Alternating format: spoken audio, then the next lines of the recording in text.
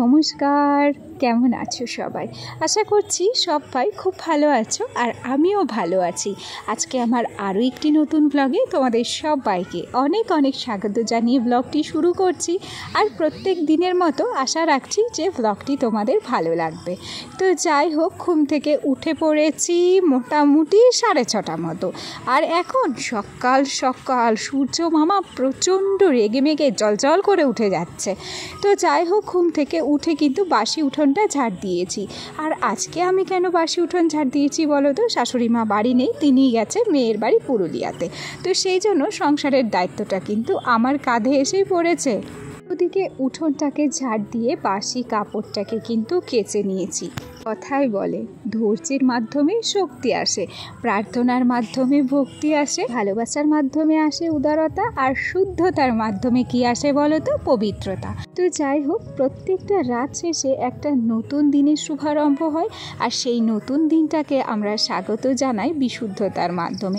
আর সেই জন্য কেউ কেউ হয়তো সকাল সকাল স্নান করেই দিনটাকে শুরু করে, আবার কেউ কেউ হয়তো বাসি জামা কাপড় ছেড়ে শুদ্ধতার সাথেই সংসারের কাজগুলো শুরু করে। তো যাই হোক, যারা যেটাকে ভালো মনে করে তারা সেটাকেই কিন্তু করতে পছন্দ করে।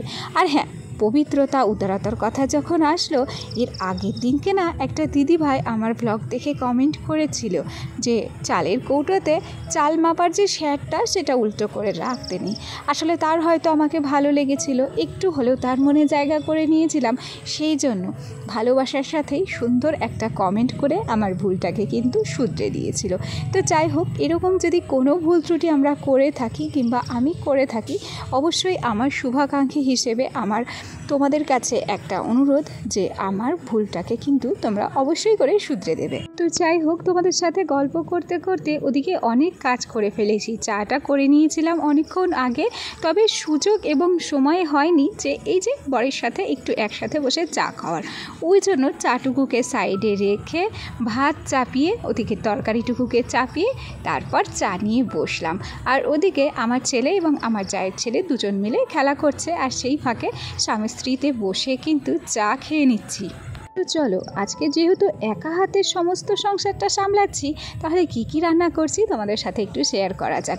আজকে সেমন বেশি কিছু রান্না করব না, আবার কমও রান্না হবে না। তো এটা বসিয়েছি হচ্ছে ঝিঙে দিয়ে আলু দিয়ে পেঁয়াজ দিয়ে একটা তরকারি। আজকে শনিবার ছিল, আমার মাথা থেকেই বেরিয়ে গেছিলো, সেই জন্য ভুলবশত কিন্তু তরকারিতে পেঁয়াজ দিয়ে দিয়েছি। আর এখানে উচ্ছে, গাজর আর আলু এটাকে একটু ভাজা করছি কালো জিরে ফোড়ন দিয়ে। আর তারপর ওই যে ভাজাটা চাপিয়ে দিয়ে সোজা চলে এলাম বিছানাটা গোছাতে। আজকে বিছানা গোছাতে কটা বেজেছে জানো? 11টা প্রায় ধর। আসলে কি সময়ই পাইনি গো। ওদিকে রান্না করা, ওদিকে ছেলেকে সামলানো, ওদিকে বাইরের সমস্ত কাজকর্ম করা, এগুলো করতে করতে আমার নিজের বাসি ঘরটা যে পড়ে রয়েছে সেটা আমার মাথায় ছিল, কিন্তু কাজটা করতে আসতে পারিনি। যাই হোক, একটু লেট হয়ে গেল বিছানাটাকে গোছানোর জন্য। আর এরপর আরও কাজ সাজানো গোছানো আছে গো, এখানেই শেষ নয়। বললাম না যে আজকে সব দায়িত্ব আমার। এতদিন হয়তো রান্না বান্নার পুরো দায়িত্বটা আমার নিতে হতো না, রান্না বান্না বাদে না, একটা দুটো সবজি তরকারি আমি রান্না করতামই, সেটা কমন ব্যাপার ছিল। তবে আজকে এক্সট্রা আরও কিছু যোগ হয়ে গেল। ওই ভাত টাত রান্নার সমস্তটাই তো আমার একার হাতে। আর রান্না বাদেও সংসারের A to Z কাজকর্ম, সেগুলো কিন্তু আমাকে একা হাতেই করতে হতো। তবে অতটাও হিমশিম খেতাম না, কেন কি আমার ছেলেটাকে কিন্তু আমার শাশুড়ি অনেকটাই সামলে দিত। আর আজকে যেহেতু তিনি নেই, তার অনুপস্থিতিতে আমার যে কতটা অসুবিধে হচ্ছে সেটা আমি হাড়ে হাড়ে টের পেয়ে গেছি। ওদিক থেকে বিছানাটা গুছিয়ে এখনও পর্যন্ত একটা সবজি গ্যাসে রয়েছে, সেই ফাঁকে এই যে বাসন কোসন ছোট্টখাটো যেগুলো আছে সেগুলোকে ধুয়ে মেজে নিচ্ছি। আর আজকে বাসন রাখা এই যে ঝুড়িটা দেখছো, একেবারে সোজা কলের পরেই নিয়ে এসেছি। আজকে আর এখান থেকে ধুয়ে মেজে আবার ওখানে বাসনের ঝুড়ি বার করে সাজিয়ে রাখবো, সেই সময়টা আমার হাতে নেই। সেই জন্য চট জলদি যতটা শর্টকাটে কাজগুলো সারা যায় ততটাই কিন্তু সারার চেষ্টা করছি। তো যাই হোক, আমাদের মতো এই সাধারণ ঘরের বউরা সংসারের কাজকর্ম, সংসার, স্বামী, সন্তান এসব করতে করতেই কিন্তু গোটা জীবনটা কাটিয়ে দেয়। এরই ফাঁকে কারোর হয়তো স্বামীর সুখ মেলে, আবার কারোর হয়তো সাংসারিক সুখ মেলে, আর কারোর কপালে হয়তো কিছুই মেলে না। যেমন আমার কপালে দেখ, সাংসারিক সুখ থাকলেও স্বামীর সুখটা নেই গো। শুধুমাত্র বড়লোক বাড়িতে কিংবা একটা উচ্চবিত্ত ঘরে বিয়ে হলে কিংবা একটা টাকা পয়সাওয়ালা ছেলেকে বিয়ে করলেই যে জীবনে সুখী হওয়া যায়, এই ধারণাটা কিন্তু আমার সম্পূর্ণ পাল্টে গেছে, জানো তো। তবে ভগবান আমাকে যতটুকু দিয়েছে, আমার কপালে যতটুকু পাওনা ছিল, আমি ঠিক ততটুকুই পেয়েছি। একটা সুন্দর ছোট্ট টিনের ঘর পেয়েছি, সংসারটাকে আমি নিজে হাতে সাজিয়ে নিতে পেরেছি, কিন্তু পাইনি স্বামী সুখ। ওই যে চাকরি করে একটু সঙ্গ দিতে পারে না গো। এখন তো একদিন দুদিন টানা 3 দিনও থাকা তার পক্ষে প্রায় অসম্ভব হয়ে যায়। আর এটাই কিন্তু আমার সবচেয়ে বড় দুঃখ, যে স্বামীর সঙ্গ আমি পেলাম না।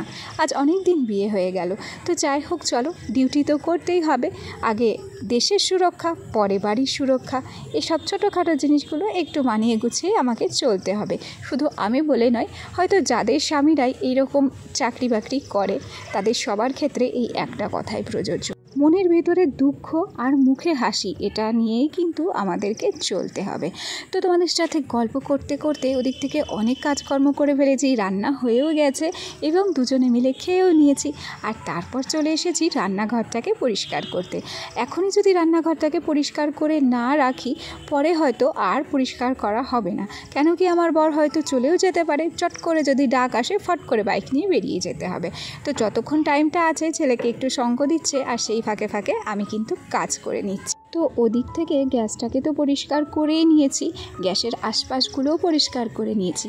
আর এই যে কোণাটা দেখছো, এটাকেও পরিষ্কার করে নিচ্ছি। কেন কি, যখন এই ওভেনটাই কড়াই বসাই, যত সমস্ত তেলগুলো ছিটকে এদিকেই আসে। আর এই যে দেখো চিনির কৌটোটা, প্রত্যেক দিন এই চিনির কৌটোতে তেল ছিটে পড়ে। আর প্রত্যেক দিনই এইরকমভাবেই হালকা হাতে মুছে টুছে পরিষ্কার করে রাখি। কেন কি, যদি 2-3 দিন এটাকে পরিষ্কার না করি, তাহলে একটা তেল ছিটে ভাব পুরো স্পট ফেলে দেবে এই কৌটোটাকে, সেই জন্য। আর ওদিকে চায়ের কৌটোটাকেও এরকমভাবেই পরিষ্কার করে নিচ্ছি। জানো তো, রান্না করার সাথে সাথে এই যে টুকিটাকি যেসব কৌটোগুলো থাকে, এগুলোকে যদি সাথে সাথেই পরিষ্কার পরিচ্ছন্ন করে নেওয়া যায়, তাহলে অনেকটা কিন্তু কাজ এগিয়ে যায়, সময়ও কিন্তু বেঁচে যায়, তাই না? তো যাই হোক, ওদিক থেকে গল্প করতে করতে আরও একটা কথা তোমাদের সাথে শেয়ার করি, চলো। এতদিন ঘুম থেকে সকাল সকাল উঠতাম, তবে রান্নার কোনো তাড়া ছিল না। আর আজ যখন একটা মানুষ অনুপস্থিত, তখন ভাবছি যে এই রান্নার চিন্তাটাই সবচেয়ে বড় চিন্তা। আজ মনে হচ্ছে যদি সকাল সকাল উঠে রান্নাটাকে কমপ্লিট করে নিতে পারি চটজলদি, তাহলে কিন্তু আমার আর চিন্তা থাকবে না। আর সেই ভাবনায় ঘুম থেকে উঠে নিজের কাজকর্ম, শখের চা খাওয়াটাকে বাদ দিয়ে আগে রান্না চাপিয়ে নিয়েছিলাম। এই বোধহয় হয় আমাদের সাথে। যদি কোনো একটা হেল্পিং হ্যান্ড থাকে, তাহলে কিন্তু আমরা বুঝতে পারি না যে সেই হেল্পিং হ্যান্ড দিয়ে আমাদের কতটা কাজ হয়। আর যখন সেই হেল্পিং হ্যান্ডটা কোনো কারণে আমাদের হেল্প করতে পারে না, তখন যে তার অনুপস্থিতিটা কতটা মারাত্মক, সেটা কিন্তু আমরা টের পেয়ে যাই, তাই না বলো? তো চলো, এ পর্যায়ে তোমাদের সাথে গল্প করতে করতে ওদিকে গ্যাসটাকে তো পরিষ্কার করেই নিয়েছি, কৌটো কাটো সমস্ত কিছুই পরিষ্কার করে নিয়েছি। আর এরপরে কি করেছি, মিট কেসটাকে পরিষ্কার করে নিয়েছি। তবে সত্যি কথা বলতে কি, ঘর যেমনই হোক, সাধারণ ঘর, মধ্যবিত্ত ঘর কিংবা উচ্চবিত্ত ঘর, সবার কিন্তু কাজের ধরনগুলো একই রকম হয়। আর সবার সংসারে সেই একই রকম কাজগুলো হয়ে থাকে।